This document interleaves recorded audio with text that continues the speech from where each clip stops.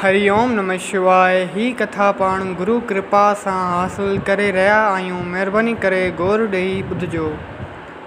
कथा सची यात्रा।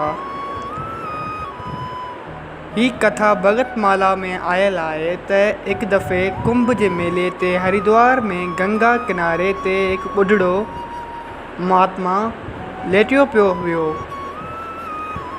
जगतारणी माता गंगा के प्रार्थना कयाईं त ए जगतारणी गंगा मैया, बेशुमार तादाद में मेले ते माण्हू त अचनि था। मां बि हाणे ॿुढड़ो थियो आहियां।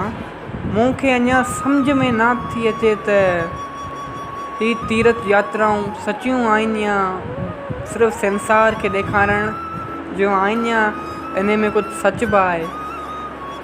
उन लाइ तूं मूंखे अहिड़ी मूर्ति जो दर्शन करा जंहिंजी यात्रा सची ऐं सफल हुजे। एतिरी प्रार्थना करे सुम्ही पियो। अमृत वेले हिकु आवाज़ ॿुधाई त हरिद्वार तीर्थ प्रयागराज तीर्थ खां पुछो त हिन साल कुंभ जे मेले ते लखें यात्री आया आहिनि, पर सची यात्रा कंहिंजी? तॾहिं तीर्थनि जे राजा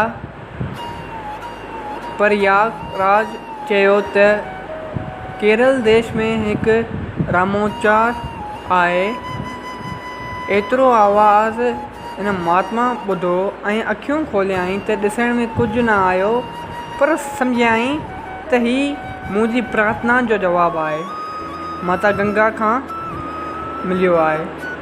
सो कुंभ जो मेलो पूरो करे महात्मा केरल देश, जंहिंखे मुंहिंजे ख़्याल में केरला बि चवंदा आहिनि, केरल देश में पहुतो।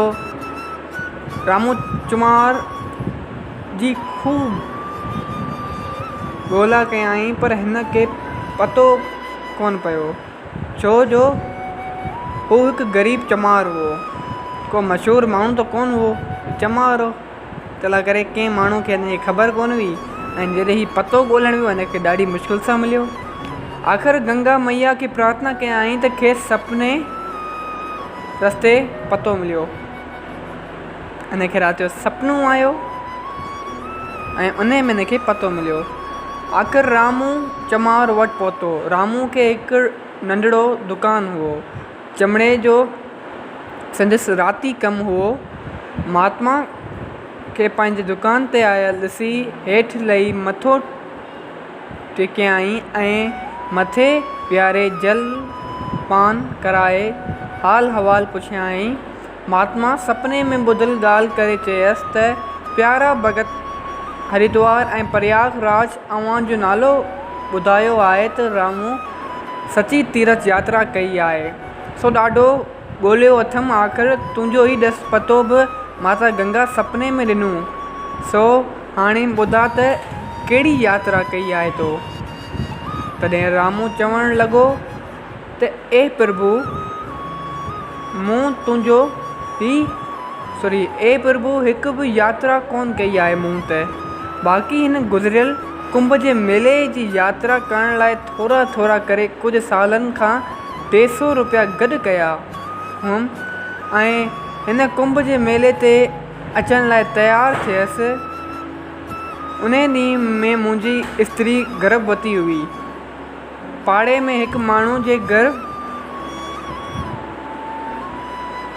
मेथी जो साग रधिजी रहियो हुओ।